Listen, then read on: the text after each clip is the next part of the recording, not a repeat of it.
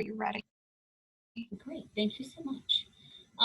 So we'll go ahead with our didactic this session to really just introduce everyone to what is ECHO, because I think even though people have signed up for this and it's a long term, it sounds wonderful, but it's kind of like what exactly happens. So obviously, for those of you who are present today, you could tell what the deal is. Kind of introduce ourselves, we do a case, then we do didactics, and so on. But ECHO stands for Extension for Community Healthcare Outcomes, and it's a movement to demonopolize knowledge and amplify the capacity to provide best practice care for underserved people all over the world.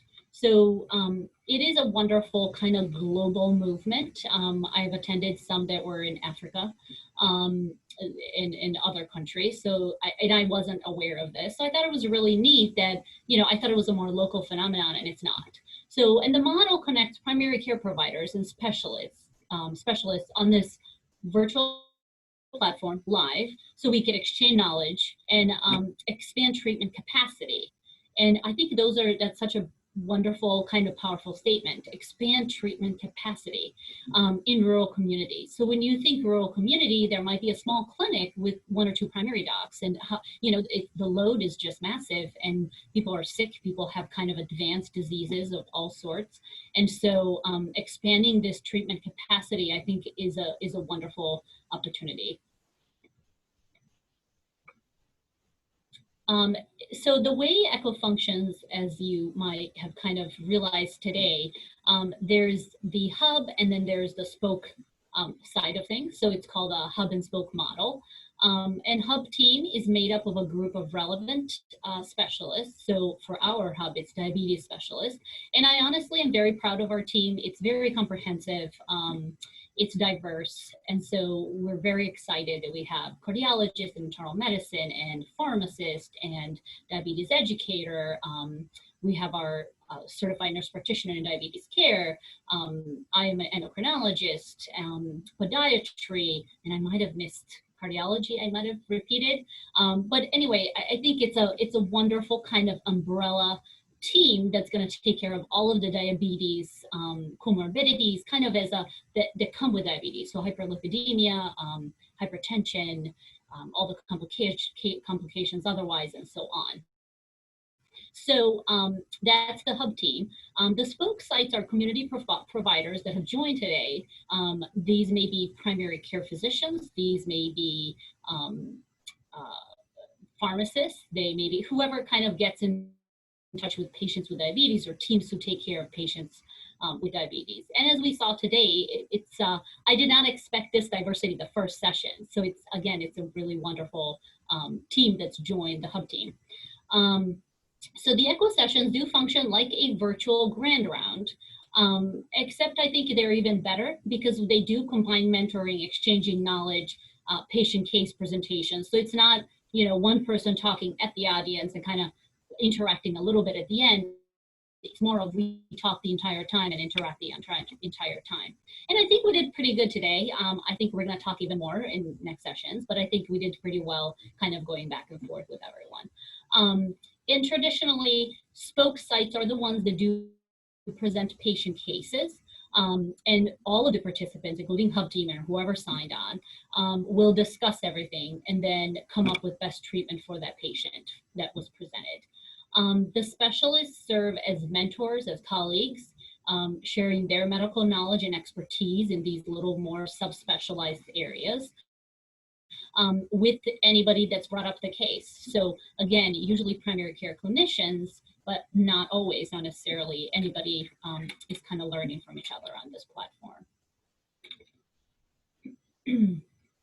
And comparing the traditional telemedicine to the tele-echo programs, it's an obvious difference here. So traditionally, you have your provider talking to the patient and kind of conveying what the message is and what the knowledge is or plan and so on. The tele-echo program has kind of a team to start with, so that would be the hub team.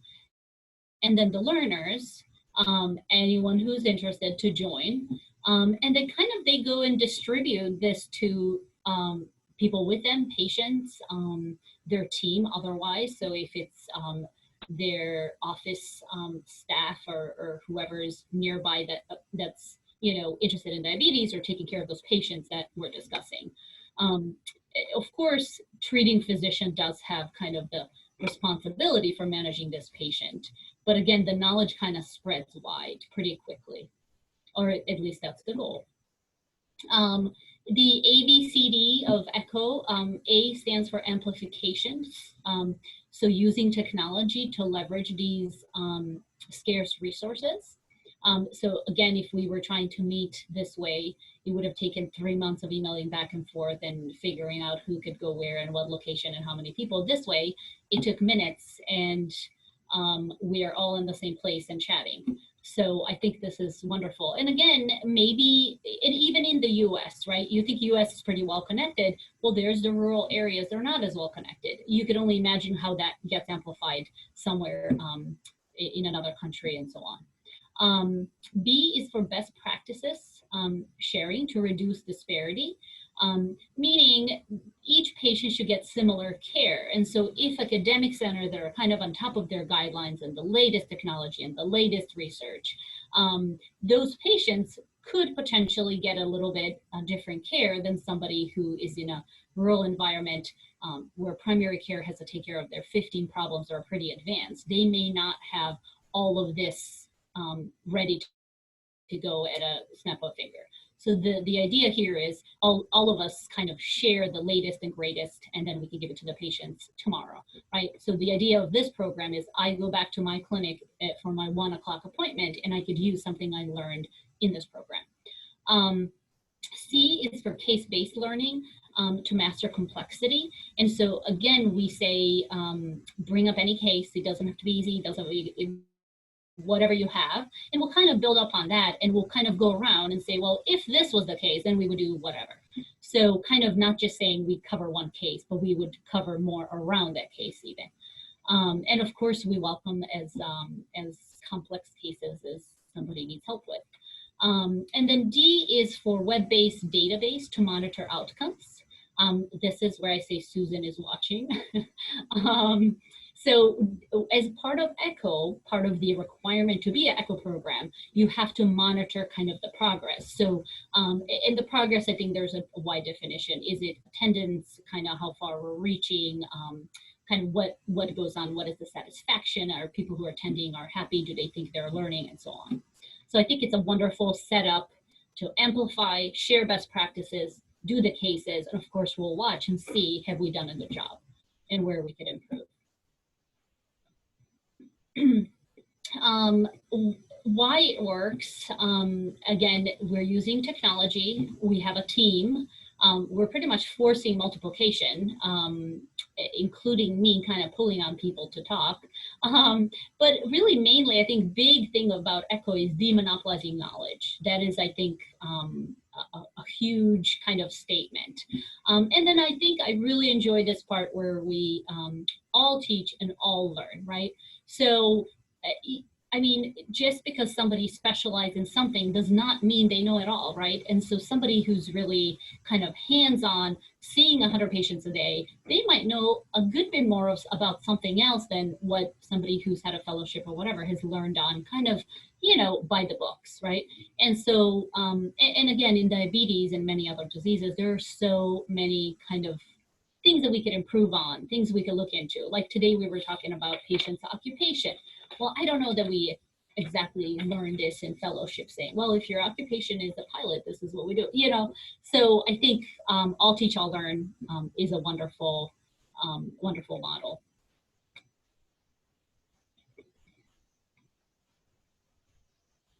And then ECHO, I think we traditionally think of treatment, at least I do. When you think of ECHO, we're talking about diabetes, jump to treatment. And it's not exactly just that. So ECHO uses different models for prevention, screening, as well as treatment. For example, prevention-wise, it might be smoking cessation or vaccination of some sort, or cancer prevention or screening, and so on. And then screening, there are many different things, and it's actually growing wonderfully. Dermatology, breast cancer, I mean, you name it, it can be done. And then treatment, of course.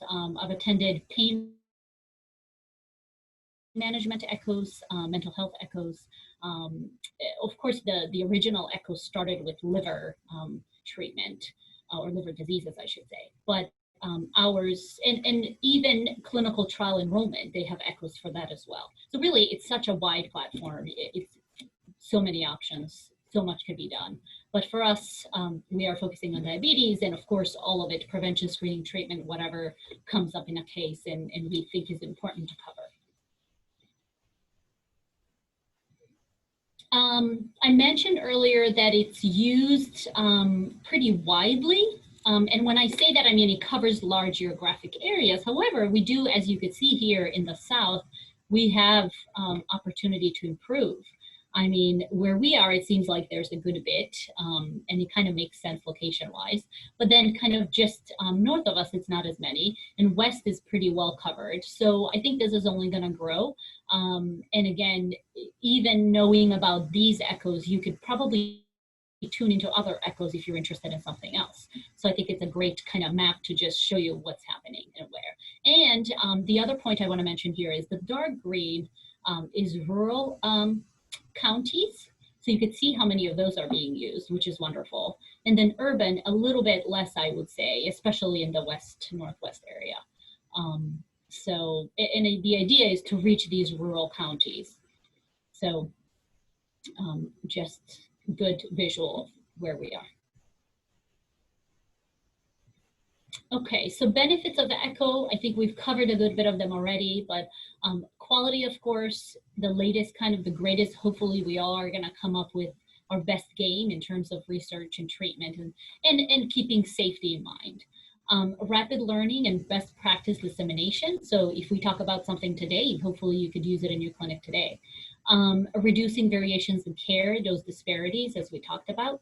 And then big one, kind of a big, I think this is how ECHO started, is access for rural and underserved patients to reduce disparities. So now we have access, we provide access through this platform. And then of course, force multiplier, as I mentioned earlier. Other things, it supports the medical home model, cost effectiveness. Of course, we must never forget that, even in any of our recommendations. And I think we've done even a good job today talking about, you know, let's look at the patient's finances, what is she cooking, and so on. Preventing cost of untreated disease, right? So if we could kind of help with managing a chronic condition, then it may not, patients may not get as sick as quickly. And so we're preventing kind of that, you know, badness at the end. And then integrating public health into treatment paradigm. But again, this whole democratizing knowledge, I think is a big, big statement. And I do want to mention that really this, if I had to one message to kind of convey to all of you, is that we want to promote this safe learning environment. So no question is silly. Go ahead and ask it. It's fine. We will talk about it, discuss it, see what it is, or just confirm that's, yep, you're correct, you know. So please always feel very free to speak. The other benefits of ECHO kind of go, you know, again, multiply. So from patient to provider to community, and then entire system benefits. So patient, of course, it's the right time, place, and care. It's kind of quick, and we should use it today, hopefully. For the provider, they acquire new knowledge. They could treat more patients, maybe kind of develop a niche in some areas. Okay, now I think I feel good about this. I could do more with this disease or prevention or whatever it may be. And then building community of practice. So hopefully, if we are meeting twice a month for the next 12 months, we should remember each other and help each other out. And when we see each other at meetings, we should be able to kind of say, oh yeah, I remember, this is where you're from, and kind of we could work together and so on. Also, community is helped by reducing disparities, retaining providers, and then keeping patients local. So patients don't have to travel or, you know, go different places if we could keep them in the system.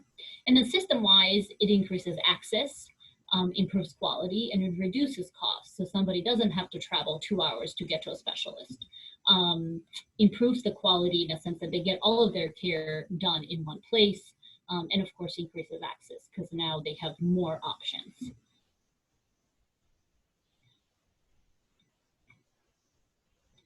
So just a little bit about our Diabetes Echo. So Well Ahead Louisiana serves as the hub of specialists. So including, as I mentioned, endocrinologist, internal medicine, certified diabetes educator, a nurse practitioner, pharmacist, cardiologist, and a podiatrist. So this is kind of the umbrella of specialists that we do have, and I'm very proud of our team and people who came up with the team. All of the clinicians in the community work with patients with diabetes are invited to join as spokes. So we are the hub team, and patients who join is our spokes. And again, focuses on rural primary care providers. So if you are interested in diabetes in any way, you are welcome. And then we started today, so this is our first sessions, and we will be every other Tuesday, lunchtime. And like I mentioned earlier, please bring your food. You know, as long as your mic is off, do whatever you need to do. Of course, we want you to participate, but we don't want to stop your lunch and survival time. And then a wonderful thing as well, and Danae, I'm sure the whole team was working on this, but Danae kind of was the main person that I know of. They were able to get CEUs for physician, nurses, and pharmacists. So again, your time and your effort will also have kind of double credit. Okay, great. So I will hand it over to, I think Dana's going to take over to wrap up in announcements, unless somebody has questions about what I just presented.